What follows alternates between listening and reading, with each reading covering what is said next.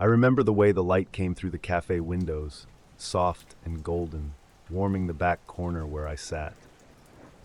It was a quiet morning, and I had my coffee in front of me, scrolling aimlessly through my phone.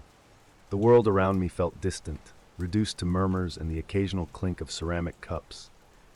At first, the group of three men sitting at the next table were just another part of the cafe's background noise.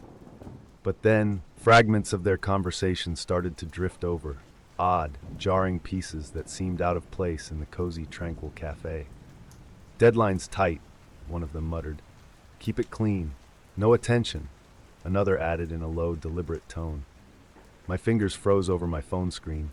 I kept my eyes down, pretending to read, but my ears were locked on every word they exchanged. I shifted slightly in my seat to hear better without drawing attention to myself. Then came the words that made my stomach tighten. "The package has to disappear. Tonight." Something inside me told me to get out of there, but I was rooted to the spot, gripped by the sense that I was overhearing something I wasn't supposed to. My heart started to pound as I kept my head low, willing myself to remain invisible. I tried to convince myself that they wouldn't notice me. After all, I was just a stranger drinking coffee.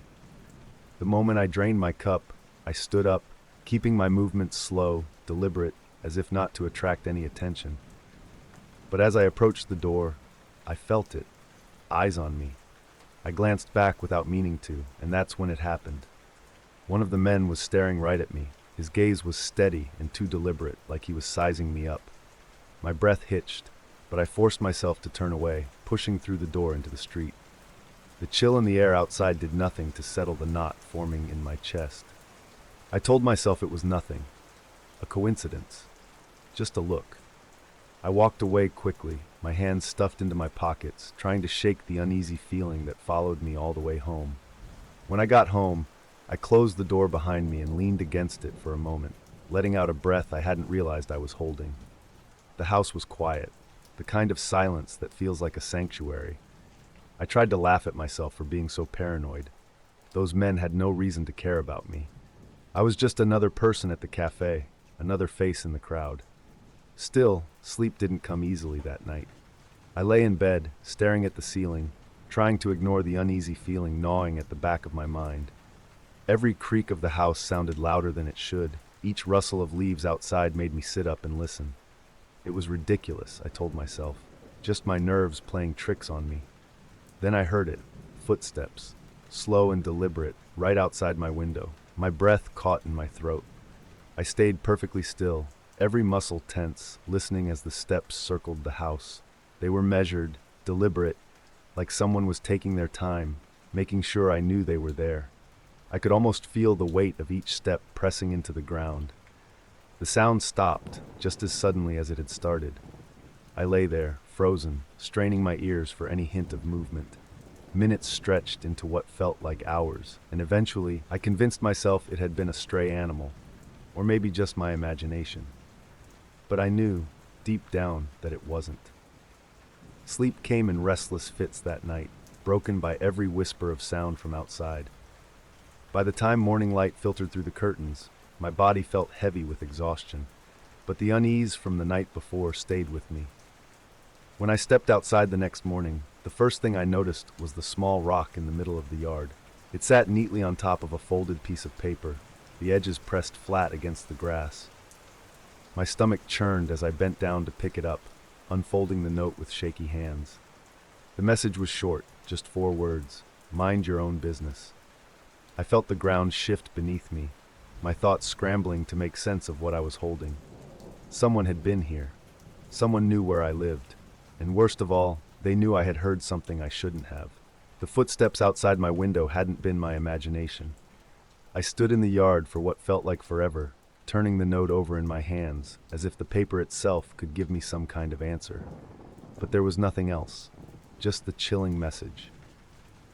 I went back inside, locking the door behind me, and spent the rest of the day moving from room to room, peeking out from behind curtains, expecting to see someone standing outside, watching. But the street remained empty. The police crossed my mind more than once, but I kept brushing the thought away. What would I even tell them? That I overheard something shady and now someone was leaving creepy notes in my yard?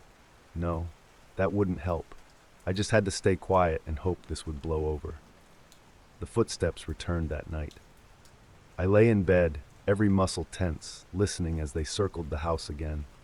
They were slower this time, as if whoever was out there wanted me to know they had all the time in the world. I squeezed my eyes shut, willing the sound to go away, but it didn't. Not for a long while. When I woke the next morning, another note was waiting for me in the yard. This one was just as brief. Stay quiet. The next night, it happened again. Footsteps, deliberate and unhurried, pacing outside my window. The morning brought another message. Forget what you heard. By now, fear had become a constant presence, like a second skin. I kept the blinds shut and the lights off, moving through the house in darkness. Each step I took felt heavy, weighed down by the crushing sense that I was being watched, tracked. Every noise outside made my heart race. Every shadow seemed too dark, too deliberate. I knew I couldn't keep living like this, but the thought of running felt just as terrifying as staying. Whoever these people were, they had found me once. They could find me again. The fear started to seep into every part of my life. I hardly slept, my eyes always drawn to the windows even though I kept them covered. I couldn't eat without the knot in my stomach twisting tighter. Every time I heard a car pass by, I braced myself for it to stop in front of my house. But it never did. I knew one thing for sure. I had to act soon, or things were going to get worse. Much worse. I couldn't live with the tension any longer. The weight of fear was suffocating, pressing down on me every second.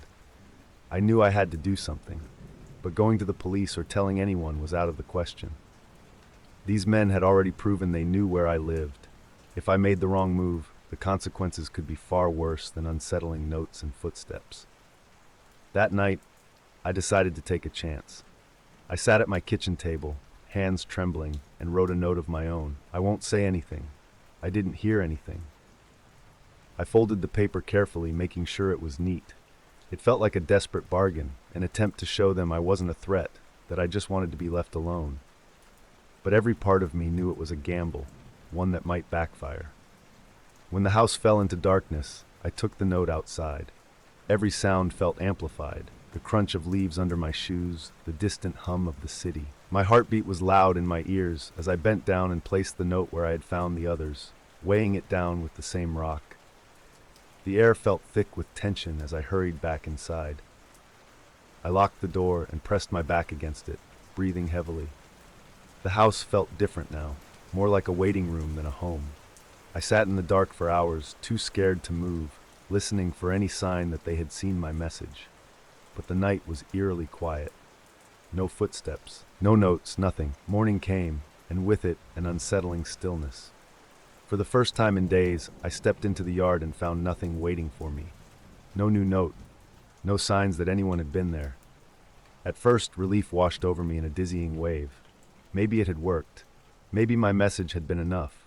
But the relief was fleeting, replaced quickly by suspicion. The absence of a note felt strange, almost too easy. I stood in the middle of the yard, scanning every corner as if expecting someone to jump out from the shadows. I went back inside, but the unease clung to me like a second skin. Everything was still, too still. As the day wore on, the quiet began to gnaw at me.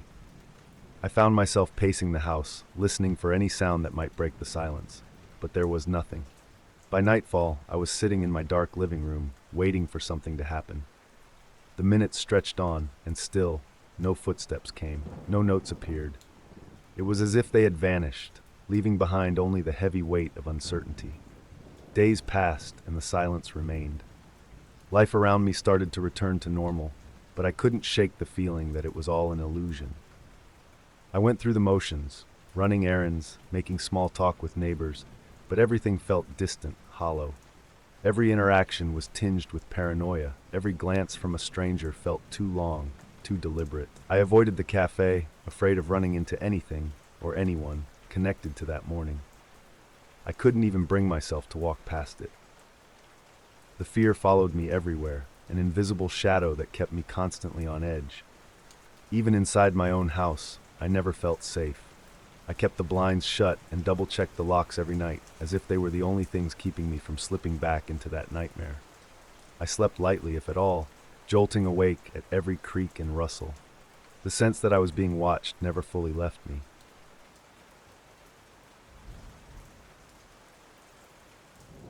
The forest has always been my escape. The longer the trail, the better. It gave me space to breathe, time to clear my head, and a chance to get lost in thought without the constant buzz of life pressing in. This time, I was on a long trail through a remote national park, heading toward a viewpoint I had read about online. A place where few people ventured. That was exactly what I wanted. Miles of wilderness all to myself. The trailhead was empty when I arrived, just the way I liked it. I adjusted my pack, laced my boots a little tighter, and started walking. As the forest swallowed me, the sounds of birds and rustling leaves filled the silence. Hours passed, each step taking me farther from civilization. I didn't pass a single soul on the trail, which only added to the sense of freedom I had come looking for. The deeper I went, the more disconnected I felt from everything. My mind drifted, following the rhythm of my steps. It was just me and the forest, the scent of pine in the air, and the trail stretching endlessly ahead. I felt a kind of peace I rarely found in the real world, one that came only in the solitude of places like this. I had made good time along the main path, keeping a steady pace, when something caught my attention. A faint trail split off to the right, almost hidden beneath the underbrush. It wasn't marked on the map I carried, and there were no signs or markers pointing it out. If I hadn't been paying attention, I might have missed it entirely. I stopped and studied it. The path was narrow, the dirt uneven, with patches of grass and weeds growing between the worn spots.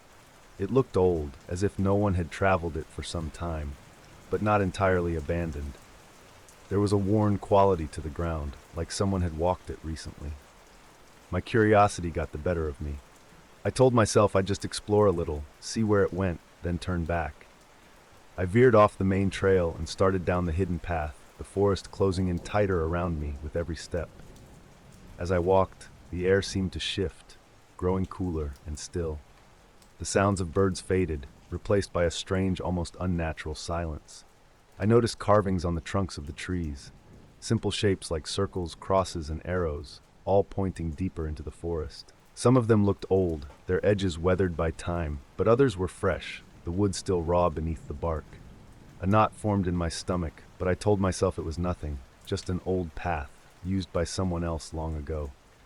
I kept walking, curiosity leading me deeper into the unknown.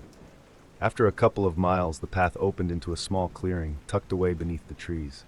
It was quiet, too quiet. The camp in front of me looked off. There were 2 tents, both in decent condition, though dirt-streaked and weathered. Folding chairs sat around a fire pit that hadn't been used in a while, and tarps hung between the branches like makeshift shelters from rain. But what really caught my attention were the plastic containers stacked neatly near one of the tents. They weren't typical camping gear. These were large bags, filled with white powder. I didn't need to look too closely to know what it was. My heart sank as the realization hit me. I had stumbled onto something I wasn't supposed to see, a drug stash hidden deep in the forest, far from prying eyes. For a moment, I stood frozen, my brain racing to process what I'd found.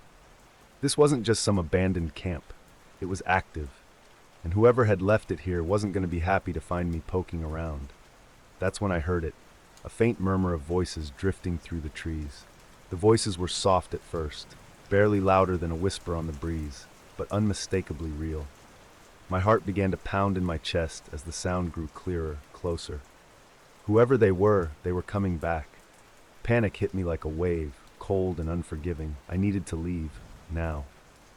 Every instinct screamed at me to run, but my legs felt locked in place, as if the forest itself was holding me there, daring me to stay a second longer. The voices grew louder, accompanied by the snap of twigs and the rustle of underbrush. They weren't far off. I forced myself to move, heart pounding, and turned back the way I had come, retracing my steps as quickly and quietly as I could. My boots felt too loud on the dirt trail, every crunch and snap of a twig making me flinch. I kept glancing over my shoulder, expecting to see anyone, emerging from the trees behind me. But the forest stayed eerily still, even as the voices grew louder, more distinct. I could hear the sharp edge of anger in them now. They knew someone had been in their camp, and they were looking for me. I picked up my pace, moving as fast as I dared without making too much noise. The voices behind me grew louder, more urgent. I didn't dare stop to look, but I could hear the sound of someone crashing through the underbrush. Branches snapping, leaves crunching, footsteps too heavy to be an animal. They were coming, and they were getting closer. I stumbled over a root hidden beneath the leaves and almost fell, catching myself at the last second. My pulse was pounding in my ears, each beat a reminder that I couldn't afford to trip again. Panic burned through me, tightening my chest. Every twist in the path felt like it was dragging me deeper into the woods, further from safety. But I had no choice. I had to keep moving. The air seemed thicker, the forest darker than before.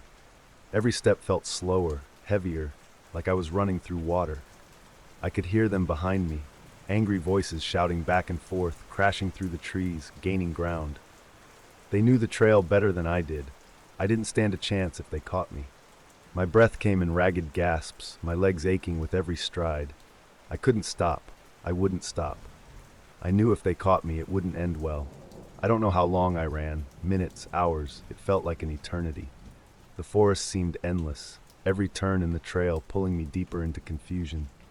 But then, just when I thought I couldn't take another step, the underbrush thinned, and I saw it, the main trail. Relief surged through me, giving me just enough energy to push forward. I stumbled onto the wide path, legs shaking and lungs burning. For a split second, I thought I was safe. I thought I had escaped. But I couldn't shake the feeling that they were still behind me, lurking just out of sight. I scanned the forest in both directions, trying to catch my breath. The path stretched on in both directions, empty and quiet, but I couldn't stop. Not yet. I forced myself to keep running, fear driving me forward. The parking lot wasn't far now. I could make it. I just had to keep moving. When I finally reached the parking lot, my legs were barely holding me up. The sight of my car sitting alone in the clearing was the most beautiful thing I'd ever seen.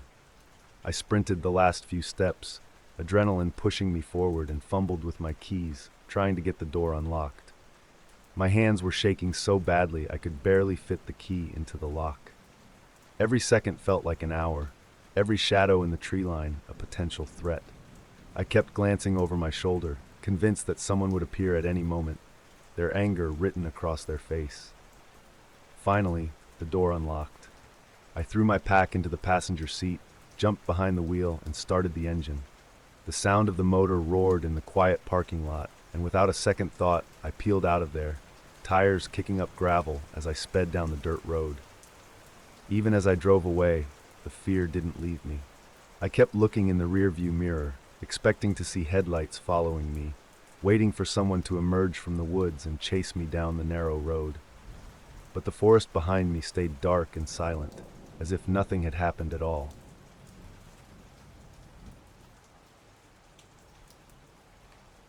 The old house had a charm to it. Something about the creaky floors and drafty windows made it feel like it carried stories within its walls. I liked that. The quiet at night was peaceful, a stark contrast to the noise of city life I had left behind. But not long after I moved in, I started hearing something strange. It began with faint murmurs, soft and distant, like the low hum of street noise filtering through a window. I noticed it late at night, after the house had gone silent, the sounds barely audible against the stillness. At first I didn't think much of it, just the usual noises an old house makes, or maybe faint sounds from the neighbors. But there was something unsettling about them. They weren't random creaks or groans.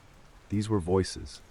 I couldn't make out words, just the rise and fall of conversations, as if 2 or 3 people were talking quietly right on the other side of the wall. Occasionally, I caught a soft laugh, then silence for long stretches, only for the voices to return minutes later. It made no sense. This side of the house faced my neighbor's garage, which had been empty for months. There was no reason for anyone to be there. Still, I convinced myself it was nothing. Houses creak, neighbors make noise, there's always a logical explanation.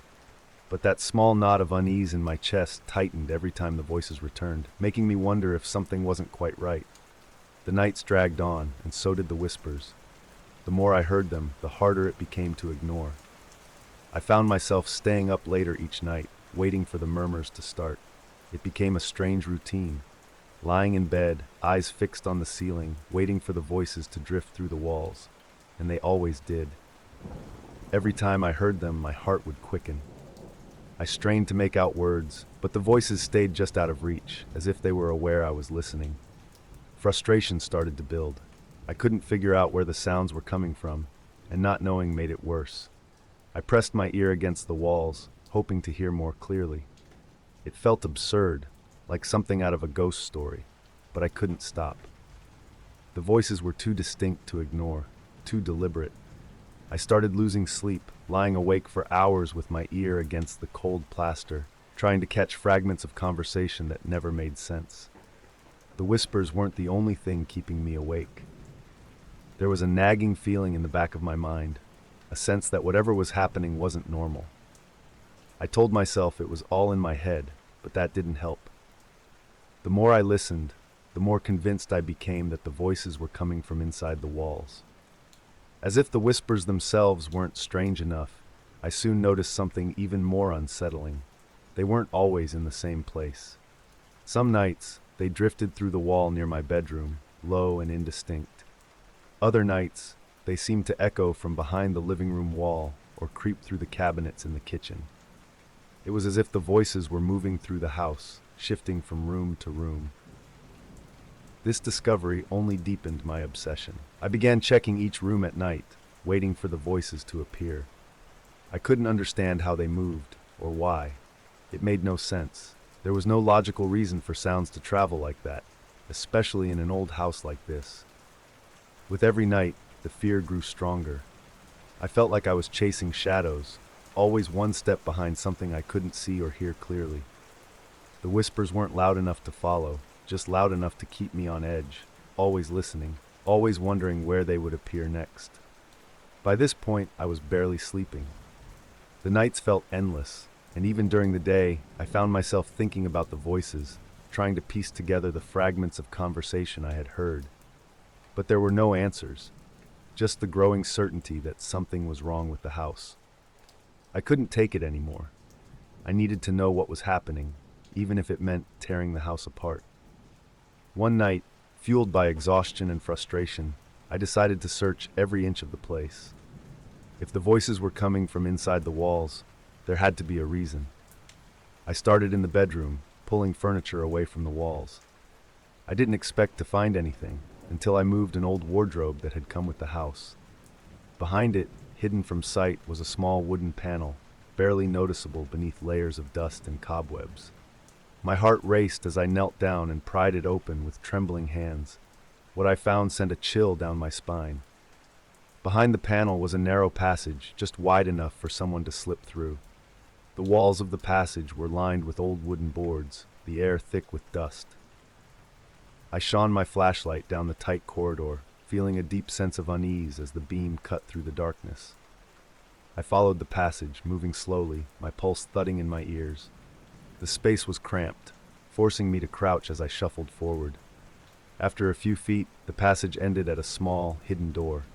I reached out and pushed it open, my heart hammering in my chest. The door opened into my neighbor's house, the supposedly empty house next door. For a moment, I stood frozen, trying to process what I had just found. Someone had built secret passages between the two houses. Someone could move between them without ever being seen. I backed out of the passage quickly, my mind reeling. I slammed the panel shut behind me, hands shaking, heart pounding. The whispers I had been hearing weren't just noise. Someone had been inside the walls. I leaned against the sealed panel, heart pounding, trying to steady my breath. The narrow passage connecting my house to the one next door was more than just a curiosity. It was a threat. Someone could have been slipping through those tight spaces for weeks, maybe even longer. The realization made my skin crawl. I kept expecting to hear footsteps behind the wall or see the panel jolt open as someone crawled through. Panic gripped me. I had to get out of that room. I stumbled toward my bed and sat down, trying to gather my thoughts, but my heart refused to slow. I felt like a prisoner in my own home, knowing the walls could hide someone at any moment. That night, the voices came back. This time, they were louder, clearer. I could hear faint snatches of conversation, but not enough to piece together any words. There was a rhythm to them, like whoever was talking knew they were just out of reach. I stayed awake, frozen under my blanket, listening to the soft murmur just beyond the walls. Every creak of the old house made me flinch. I knew someone was there, hiding in those cramped spaces, and they knew I had found the panel. The next morning, I called the police. I told them about the hidden panel and the narrow corridor that connected my house to the one next door. I didn't care if it sounded paranoid. I needed someone to confirm that I wasn't losing my mind. The officers arrived within the hour, two uniformed men with polite but skeptical expressions. They inspected the panel and the passage behind it, following it through to the neighbor's house. When they emerged, they looked puzzled. They told me the house next door was indeed vacant. No signs of recent occupation, no footprints, no personal belongings. I pressed them. Someone had to be using those spaces. They promised to contact the owner of the vacant property and monitor the area, but they didn't seem particularly concerned. To them, it was just an odd architectural feature, not the kind of thing that warranted an investigation. After they left, I sealed the panel. I drove nails into the wood, boarded it up as best I could. But even with the panel closed and the passage blocked, I didn't feel safe. I knew the walls still had secrets, and whoever had been moving through them wasn't gone. For a few days, things were quiet. I started to convince myself that maybe the police had scared off whoever was sneaking through the walls. But that hope didn't last. One night, the whispers returned. They were softer this time, but unmistakable. I lay in bed, every muscle tense, as the sounds drifted from the far corner of the room. The voices seemed almost playful, like whoever was behind the walls knew I was listening and didn't care. I checked the panel the next morning, expecting to find the boards ripped away, but everything was as I had left it, sealed tight, untouched. It didn't make sense. If the panel was still closed, how were the voices still coming through? Paranoia took hold. I became obsessed with checking every corner of the house, every inch of the walls, convinced that I had missed another entrance. I kept expecting to wake up and find the furniture moved or the panel open, but everything stayed eerily normal, except for the whispers. They never stopped. The police didn't find anything unusual. They closed the case and stopped checking in. As far as they were concerned, the problem was solved, but I knew better. I tried to adjust, to live with the strange sounds that haunted the house. Every night, the whispers came back, drifting through the walls like echoes from a forgotten conversation. Sometimes they were faint, other times louder, but they were always there, constant, persistent, waiting. I stopped trying to figure out where the voices were coming from. It didn't matter anymore. The panel was sealed, the passage blocked, but the whispers remained. I told myself that as long as they stayed on the other side of the wall, I was safe.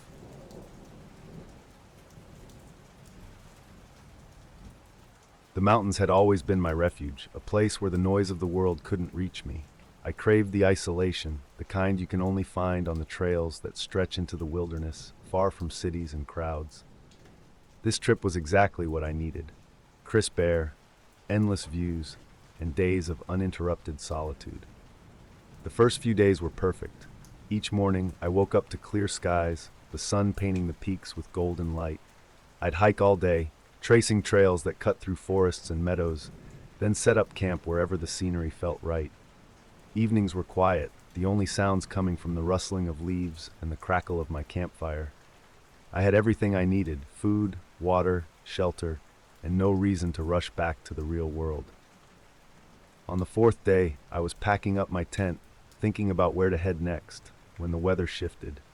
Fog rolled down the slopes without warning, thick and cold, creeping into the trees like it had been waiting for the right moment. At first, I didn't think much of it. Fog in the mountains wasn't unusual. It would lift by morning, I told myself. But deep down, something about the way it moved felt wrong. Morning came, but the fog didn't lift. If anything, it thickened, reducing visibility to just a few feet in any direction. Everything beyond that was swallowed in gray, making the landscape feel foreign, like I had woken up in a different place entirely. I decided to pack up and try to descend the mountain, hoping to outrun the fog. But as soon as I started walking, I realized something was off. The trail I had followed for days had vanished into the mist. and every direction looked the same, just swirling gray walls that shifted with every step. I pulled out my compass, but the needle spun wildly, refusing to settle on any direction. I tried to orient myself using landmarks I had passed earlier, but they were gone, erased by the fog. I took a deep breath and told myself to stay calm. Panic wouldn't help. I just needed to keep moving. Eventually, I'd find the trail again. But hours passed, and nothing looked familiar. It was like the fog had erased the landscape, twisting the mountain into something unrecognizable. With every step, I felt myself drifting farther from safety. The first time I heard the footsteps, I thought they were my own. I had been walking for hours, the only sound coming from the crunch of gravel beneath my boots. But then I stopped to adjust my pack, and the sound continued, soft footsteps trailing behind me. I turned quickly, my heart pounding, but saw nothing, just the same endless fog, shifting and swirling. I stood there listening, convinced I had imagined it. But then, as I started walking again, the footsteps returned, perfectly in time with my own. Each time I stopped, the sound stopped too. It was subtle, easy to dismiss as an echo or a trick of the mist. But no matter how much I tried to convince myself otherwise, I couldn't shake the feeling that I wasn't alone. Something, or someone, was following me, just out of sight, hidden in the dense curtain of gray. That night, I built a small fire and sat beside it, trying to ignore the nagging sense of being watched.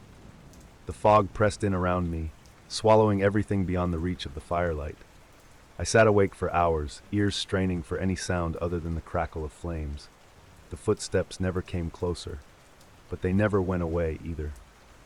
The next day was worse. The fog hadn't lifted. In fact, it seemed thicker, heavier, as if it had been waiting for me to wake up. The silence was overwhelming. There were no birds, no rustling leaves, no wind. Just the muffled crunch of my boots and the endless swirl of mist. I kept moving, hoping to stumble across the trail or some kind of landmark, but the fog made every direction feel wrong. The footsteps were back, louder now, following me at every turn. I tried to ignore them, to tell myself they were nothing, but the fear gnawed at me, growing stronger with every step. That night, I stayed awake by the fire again, clutching my flashlight like a lifeline. I scanned the fog, hoping to catch a glimpse of whatever was following me. But every time I shone the light into the mist, I saw only gray, shifting and swirling as if it was alive, hiding something just out of reach. The footsteps didn't wait for me to move this time. They circled me slowly, crunching over gravel and leaves, always just beyond the firelight. I held my breath, listening to the steady rhythm as it closed in, tighter and tighter, like a hunter drawing in on its prey. But no matter how hard I looked, I couldn't see anything. Just the fog, thick and impenetrable, pressing in from all sides. The third day was a blur of exhaustion and fear. My supplies were running low, only a few granola bars and half a bottle of water left. I needed to find my way down the mountain, but the fog made every attempt feel pointless. I tried retracing my steps, but each turn only led me deeper into unfamiliar terrain.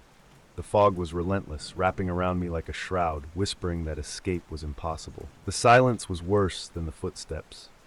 There were no birds, no insects, no sound of wind rustling the trees.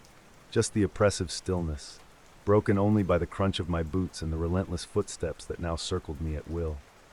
They were bolder today, drawing closer, as if whoever or whatever was waiting for the perfect moment to strike. I moved slowly, every step deliberate.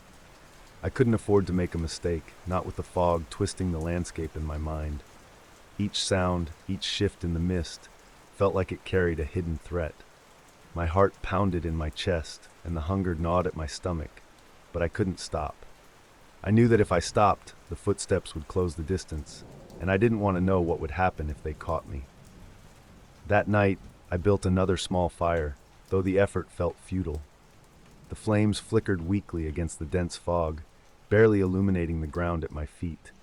I sat beside the fire, clutching my pack, eyes locked on the shifting mist beyond the light. I knew the footsteps would come again. They always did, but this time I wasn't sure the fire would keep them at bay. The air grew heavier as the night dragged on. My eyelids drooped with exhaustion, but I fought the urge to sleep, knowing that I couldn't afford to let my guard down. Hours passed, and the fog swirled endlessly until I saw it. At first, it was just a shadow, tall and still, standing at the edge of the firelight. I blinked, hoping it was a trick of the mist, but the figure remained. It didn't move. It didn't speak. It just stood there watching me, barely visible through the swirling gray. Every instinct screamed at me to run, but my body refused to move. I sat frozen, my breath shallow, as the figure loomed just beyond the firelight, waiting for something I couldn't understand. The footsteps had stopped, but the silence was worse. It felt like the world itself was holding its breath. I couldn't take it anymore. With a burst of panic-fueled energy, I grabbed my pack and bolted, kicking dirt over the fire as I ran blindly into the fog. The figure didn't follow immediately, but the footsteps returned, louder and faster, matching my every move. The fog clung to me, twisting around the trees, making it impossible to see more than a few feet ahead. I stumbled over rocks, scraped my hands on branches, but I kept running, driven by pure terror. My breath came in ragged gasps, and my legs burned with each step, but I knew I couldn't stop. The footsteps were closing in, deliberate and relentless. I tried to focus on the ground beneath my feet, searching for any sign of the trail, but the landscape had turned alien, every tree and rock distorted by the mist. It was like the mountain itself was working against me, guiding me in circles, deeper into the fog. Just as I thought I couldn't go any farther, I burst through the edge of the mist and stumbled onto a narrow road. The fog stopped abruptly at the tree line, swirling like it wanted to follow but couldn't cross the threshold. I ran down the road without looking back, my lungs burning and my legs threatening to give out beneath me. Eventually, the narrow road led to a small town nestled at the base of the mountain. I staggered into the main street and collapsed in front of a weathered lodge, gasping for air. The locals helped me inside, offering water and blankets as I tried to explain what had happened. But when I mentioned the fog, their faces grew grim.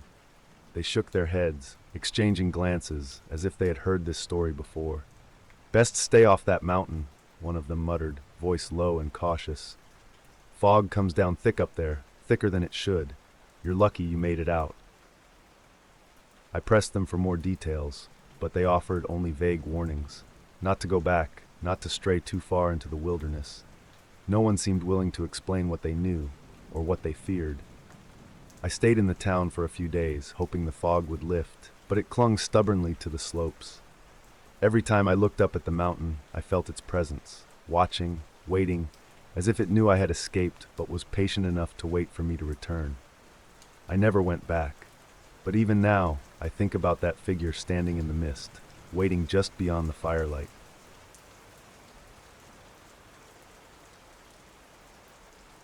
Cleaning other people's homes had become second nature to me. Most of the time, the work was uneventful. A quick wipe here, some dusting there. But this job was different. I had been sent to clean a mansion that looked like it belonged in a magazine, filled with things I could never afford in my lifetime. Every room seemed perfectly arranged, as if everything was placed not just with care, but with purpose. Walking through the house, I noticed the kinds of things that screamed wealth. A collection of silver watches gleaming behind glass, jewelry laid out neatly on a velvet tray, and rare coins arranged meticulously on a shelf. These weren't just objects, they were statements. I felt out of place among them, but I cleaned carefully, making sure not to disturb anything. As the hours went by, I found a rhythm. Dusting the ornate furniture, wiping smudges from glass cabinets, and sweeping the polished floors. It was the kind of job where you tread lightly, aware that even the smallest mistake could cost you. I double-checked every room before leaving, ensuring everything was exactly where I found it. Satisfied, I locked up and left, certain that I had done everything right. 3 days later, my phone buzzed with a call from the agency. I answered, expecting the usual follow-up or maybe another job. But the voice on the other end was tense. The client had reported several items missing, expensive jewelry, a few of the silver watches, and several rare coins. I felt my stomach drop. I remembered seeing those items exactly where they were supposed to be. "I didn't take anything," I said quickly, my voice tight with panic. "I just cleaned. I never even touched them." But the client didn't believe me. According to her, I was the only one who had access to the house. The agency didn't take long to suspend me, saying they needed time to investigate. I was left in limbo, sitting in my apartment with nothing to do but replay the day over and over in my mind. I was sure I had left everything exactly as I found it, but the accusation gnawed at me. What if I had missed something? What if I had unknowingly moved or misplaced an item? The doubt was the worst part. I knew I was innocent, but the more I thought about it, the harder it became to trust my own memory. A few days into my suspension, small things started to go missing from my apartment. It began with my phone charger, the one I always left plugged in beside my bed. I figured I had misplaced it, but when I searched my entire apartment, it was nowhere to be found. The next day, a book I had been reading disappeared from my coffee table. Then my favorite hoodie vanished from the back of a chair. Each time I felt that creeping sense of unease, the same feeling I had when the client accused me of stealing. But I brushed it off, telling myself I was just distracted, stressed by the investigation. But then my spare set of keys went missing. I searched every drawer, every corner of my apartment, but they were gone. I sat on the edge of my bed, staring at the empty key hook on the wall, my chest tightening. Something was wrong, and it wasn't just bad luck or forgetfulness. My things were vanishing, one by one, without explanation. The first replacement object appeared the following morning. I woke up to find a silver bracelet sitting on my kitchen counter. I froze, staring at it. It looked almost identical to the one I remembered seeing at the client's mansion. The same polished shine, the same delicate clasp. But how did it get here? I tried to tell myself it was just a coincidence, but the unease burrowed deeper. The next day, more unfamiliar objects began appearing. Things I could never afford, things that didn't belong in my home. A pair of ornate cufflinks turned up in my sock drawer, and a heavy gold ring appeared on my bathroom sink. I called the client, desperate to explain the strange occurrences, but she didn't want to hear it. "I know what you did," she said coldly before hanging up. I tried reaching out to the agency, hoping they would understand, but they were convinced I was making excuses. No one believed me. I was alone with the growing madness in my apartment. Panic settled over me like a thick fog. Every time I left a room, I half expected to return and find something else missing, or something new in its place.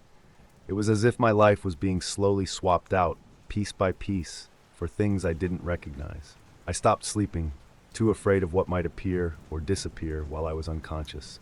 The first night I heard it, I thought I was dreaming.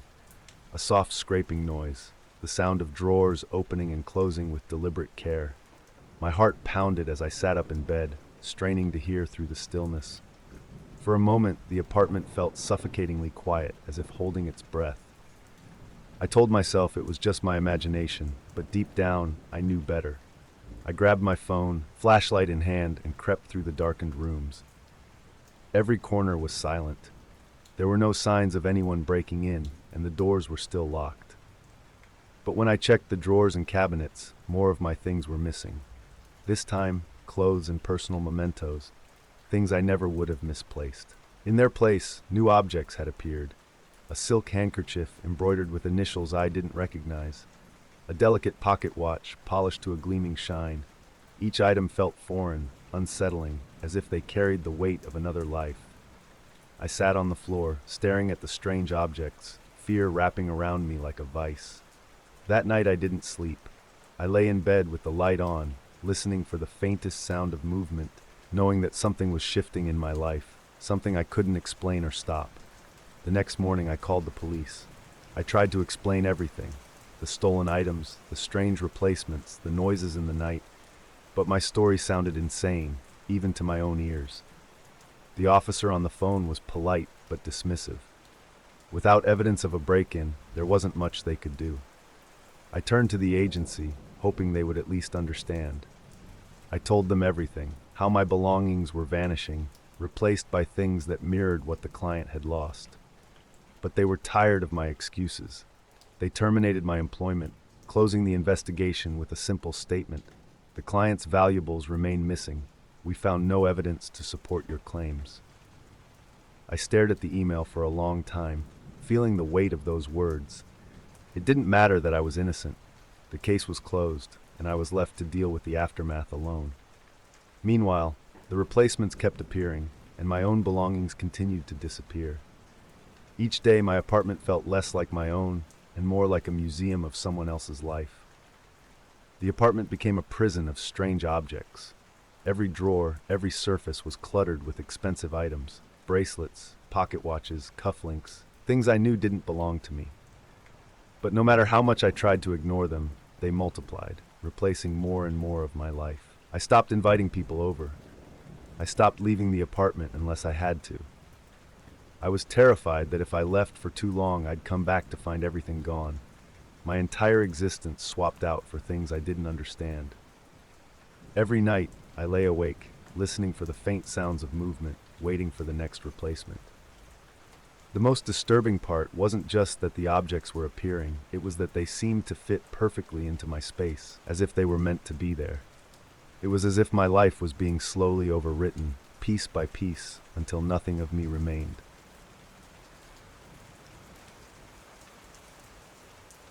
I sat on one of the cold metal benches at the bus station, checking my phone for the third time in 5 minutes. My bus wasn't due for another hour, and the station was nearly empty. A few people sat scattered along the platform, scrolling through their phones, lost in their own worlds. The announcements droned overhead, blending with the faint hum of traffic in the distance. It was one of those liminal spaces, quiet and unsettling. Time seemed to stretch out, leaving me restless. That's when I saw it, a black suitcase sitting alone near the edge of the platform. At first, I assumed someone had left it there by accident. Maybe they'd stepped away to use the restroom or grab something from a vending machine. But the longer I sat there, the more I noticed. No one came near the bag. No one even seemed to notice it was there. I kept glancing at the suitcase, trying to shake the nagging feeling that something was off. It looked ordinary enough, scuffed in places, the kind of bag you'd take on a weekend trip, but something about it just felt wrong. Curiosity gnawed at me until I couldn't ignore it anymore. I glanced around the platform. The few people there were still engrossed in their phones, oblivious to the bag. I stood up slowly, pretending to stretch, and took a casual step toward the suitcase. The closer I got, the stranger it felt. It looked like any other suitcase, but there was a weight to the air around it. A kind of tension, like I was standing too close to something I wasn't supposed to see. I nudged it lightly with my foot, half expecting someone to shout at me, but nothing happened. The station remained eerily quiet. I glanced around again. No one was watching. Taking a deep breath, I crouched down and slowly unzipped the bag, just enough to peek inside. The contents made my stomach twist. No clothes, no toiletries, just a mess of unsettling items. A handful of burner phones, several folded maps with red circles drawn on them, and a plastic bag filled with duct tape, zip ties, and gloves. My hands trembled as I lifted a small notebook. Inside were lists of names, many of them crossed out, alongside strange symbols I couldn't understand. My heart pounded in my chest as I stared at the open bag. Whoever owned this suitcase wasn't just a traveler. They were planning something, and it felt like I had just stepped into the middle of it. I zipped the bag shut quickly, heart hammering, and stood up. My brain raced as I tried to figure out what to do. Should I report it? Walk away and pretend I hadn't seen anything? The air felt heavier, pressing down on me with the weight of a decision I didn't want to make. That's when I saw him. At the far end of the platform, standing beneath the flickering overhead light, was a man in a dark hoodie. He wasn't moving, just standing there, hands in his pockets, his gaze locked on me. He must have seen me open the suitcase. For a moment we just stood there, staring at each other across the empty platform. A cold wave of fear rolled through me, and my throat tightened. He didn't move. He didn't say a word. He just watched. I knew, in that moment, that this wasn't random. The suitcase wasn't just left here by accident, and now that I had seen inside it, I wasn't supposed to walk away. I knew I had to leave. Now, trying to keep my movements casual, I grabbed my backpack and slung it over my shoulder. Every instinct screamed at me to run, but I forced myself to stay calm, to act like nothing was wrong. I turned away from the suitcase, resisting the urge to glance back at the man in the hoodie. My legs felt like lead as I made my way toward the station exit. The fluorescent lights buzzed overhead and the sound of my footsteps echoed across the platform. I kept telling myself not to run, not to draw attention. but my heart was racing so fast I thought I might pass out. Just before reaching the doors, I risked one last glance over my shoulder. The suitcase was gone. So was the man. Panic surged through me, and I pushed through the exit doors into the cold night air. I didn't stop until I was halfway down the street, breathless and shaking. I told myself I was being paranoid, that it was just a strange coincidence. But deep down, I knew better. Whatever I had stumbled across, it wasn't over. And something told me that whoever owned that suitcase wasn't going to forget me anytime soon. Even after leaving the bus station, the feeling of unease clung to me. I tried to shake it off, telling myself I had imagined the whole thing, the man in the hoodie, the strange contents of the suitcase. But it wouldn't leave me. The events replayed in my mind on a loop, each detail sharper than before. I couldn't stop thinking about the names in the notebook, some crossed out, others circled. What had I stumbled into, and why was the man so focused on me? Over the next few days, I checked news sites obsessively, hoping to find something, anything, that could explain what I saw. But there was nothing. No reports of suspicious activity at the station, no missing persons linked to the items in the suitcase. It was as if the whole thing never happened. But the fear stayed with me, a knot in my chest that tightened every time I stepped outside. I found myself glancing over my shoulder constantly, expecting to see the man in the hoodie lurking just out of sight. Every stranger on the street felt like a potential threat. And still, I told no one. Part of me didn't want to get involved. The other part was terrified that if I spoke about it, I'd be dragged deeper into something I couldn't escape. The paranoia settled in slowly, like a stain spreading across my life. At first, it was subtle. Lingering glances over my shoulder, the instinct to lock the door behind me the moment I got home. But soon, it grew into something worse. I began receiving strange phone calls, silent on the other end, just static and faint breathing before the line went dead. The calls came at random hours, including late at night, jarring me awake in a cold sweat. I blocked the numbers, but they kept coming from different ones. Then I noticed small objects appearing in my apartment, things I didn't own. A cheap lighter on my kitchen counter, a folded map left on my coffee table. Each time, I tried to convince myself I had forgotten buying them or picked them up by mistake. But deep down, I knew these objects didn't belong to me. Every day, the man in the hoodie haunted my thoughts. I imagined him standing just out of sight, waiting, watching. I couldn't prove he was there, but I felt his presence everywhere I went, as if he had slipped into the cracks of my life and now pulling the strings. It happened when I least expected it. I was walking home from a late shift, trying to keep my head down when I saw him. The man in the hoodie stood across the street, partially hidden in the shadows between two buildings. His hands were stuffed into his pockets, and his hood was pulled low over his face. But I knew it was him. I could feel it in the pit of my stomach. He didn't approach me. He didn't even move. He just stood there, his gaze fixed on me, as if waiting for something. My heart pounded as I quickened my pace, keeping my head down and pretending I hadn't seen him. But I could feel his eyes following me. I turned a corner, hoping to lose him in the maze of streets, but the feeling of being followed never left. Every sound, a footstep, a rustling leaf, made my pulse race. No matter how fast I walked, I couldn't shake the sense that he was always a step behind, waiting for the right moment. By the time I reached my apartment, I was shaking. I slammed the door behind me, locking it twice, and sat on the floor with my back against it. I knew then that staying wasn't an option anymore. I had to leave town before things got worse. I packed what little I could carry and left the city the next day. I didn't tell anyone where I was going. I just needed to put as much distance as possible between me and the man in the hoodie, and whatever was in that suitcase.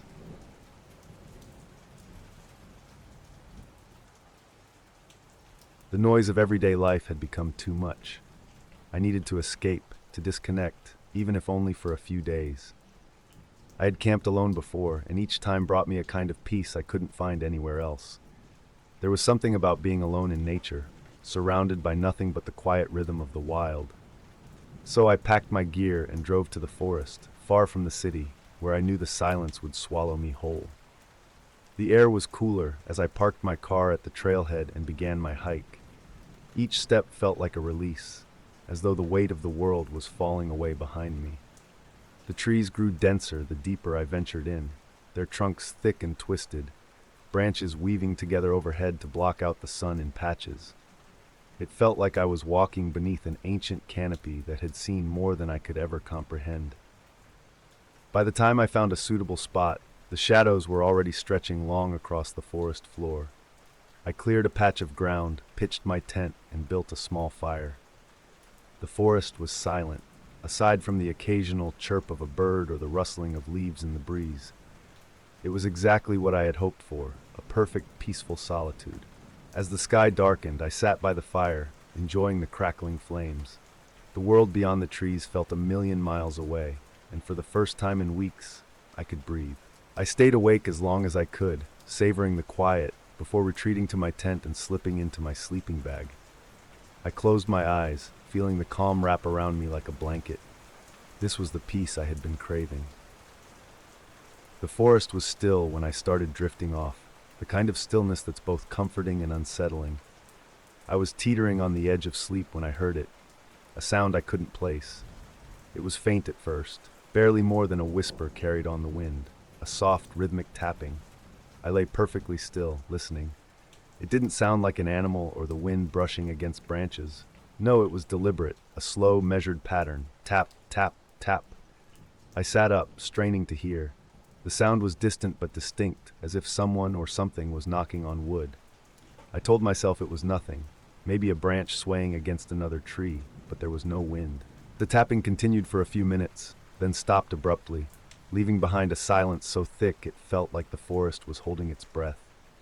I stayed awake longer than I intended, ears tuned to the night, waiting for the sound to return. But the forest remained quiet. Eventually, exhaustion won out, and I fell into a restless sleep, haunted by the strange, rhythmic noise. The next morning, I packed up my gear and decided to move deeper into the forest. I convinced myself that the strange noise was just a fluke, a random occurrence I couldn't explain but didn't need to dwell on. Still, a nagging discomfort sat at the back of my mind as I hiked further from the trailhead, deeper into the unknown. The forest grew denser the farther I went. The trees towered overhead, their branches entwined in intricate patterns that seemed to blot out the sky. There were no signs of other campers or hikers, no footprints, no discarded wrappers, nothing to suggest that anyone else had passed through recently. It was perfect, just what I wanted, yet I couldn't shake the feeling that I was somehow being followed, even though I never saw or heard anything out of place. By mid-afternoon, I found a new spot, far from where I had camped the night before. I set up my tent, built a small fire, and tried to settle in, hoping that the strange unease from the previous night would melt away with the sunlight. But as the shadows stretched long across the forest floor, that uneasy feeling returned, heavier than before. Night fell fast, and with it came the silence, thicker, more oppressive than before. I sat by the fire, trying to enjoy the warmth, but every crackle of the flames made me flinch. Then it started again, the tapping. This time, it was closer. Tap, tap, tap. The same slow, deliberate rhythm, but louder now, as if whatever was making the noise had followed me deeper into the forest. I held my breath, heart pounding, as I scanned the darkness beyond the firelight. The sound wasn't random. It had a pattern, a rhythm that didn't belong to any animal I knew. I told myself it was nothing. I told myself to calm down, that I was overreacting. But the sound was too deliberate, too consistent to ignore. I grabbed my flashlight and shone it toward the noise, but the beam illuminated nothing but trees. The tapping stopped as soon as the light hit the spot where it seemed to come from, as if whoever or whatever was making the sound didn't want to be seen. I sat by the fire for hours, listening to the silence that followed, every nerve on edge. Eventually, the exhaustion became too much, and I retreated into my tent, but sleep didn't come easy. I lay awake for hours, listening, waiting for the tapping to start again. It never did, but the feeling that something was out there, just beyond my reach, never left me. When dawn broke, I was already awake, exhausted but too uneasy to stay where I was. I decided to move again, deeper into the forest, hoping that putting more distance between myself and the strange noise would give me peace. I packed up quickly and set off without breakfast. the trees seeming to close in on me as I hiked further into isolation. The deeper I went, the heavier the air felt. Every sound, the crunch of leaves under my boots, the occasional rustle of the underbrush, made me flinch. I told myself it was just nerves, that I was tired and letting my imagination get the better of me. But it didn't feel like that. It felt like I was being watched. After hours of hiking, I found a clearing in the heart of the forest. It was perfect, untouched, remote, and so silent that the only sound was my own breathing. I set up my camp again, forcing myself to focus on routine. I gathered wood, built a fire, and checked my supplies, trying to convince myself that everything was normal. But as the sun began to sink behind the treetops, that familiar sense of dread settled over me once again, heavier than before. The fire crackled weakly as I sat by it, scanning the woods. I knew what I was waiting for, and just as night wrapped around the clearing, it came. Tap, tap, tap. The sound was unmistakable, and this time it was louder, closer. I gripped my flashlight tightly, shining it into the dark forest beyond the fire. The trees stood silent and still, but then I saw it, a shape flickering between the trunks just on the edge of my vision. It was upright, tall, and too humanoid to be an animal. My heart hammered in my chest as I tried to make sense of what I was seeing. It didn't move like a person, though. It was too fluid, too deliberate, as if it knew exactly how to stay just out of sight. The tapping continued, slow and rhythmic, like a message, a signal, something meant for me. I shone my flashlight in all directions, but the figure always stayed just out of reach, shifting between the trees like a shadow on the wind. I felt the weight of its presence pressing down on me, the forest closing in tighter with every passing second. Panic gripped me as the tapping grew louder, more insistent. It wasn't just noise anymore. It was a threat, a warning, or something worse. I couldn't take it anymore. I kicked dirt over the fire, smothering the flames, and grabbed my pack. The darkness swallowed me as I turned and ran. The forest twisted around me as I sprinted through the trees, branches clawing at my arms and legs. The tapping followed me, relentless, matching my footsteps, as if whatever was out there was running with me, or after me. I ran blindly, with no sense of direction, driven only by the need to escape. The sound was everywhere, echoing through the trees, surrounding me. I stumbled, fell, got back up, and kept running, my heart pounding in my chest like a drum. The forest felt alive, like it was shifting around me, trying to keep me trapped. But I didn't stop. I couldn't stop. I burst through the tree line just as the first light of dawn crept over the horizon. I stumbled onto the trailhead, gasping for breath, my legs trembling beneath me.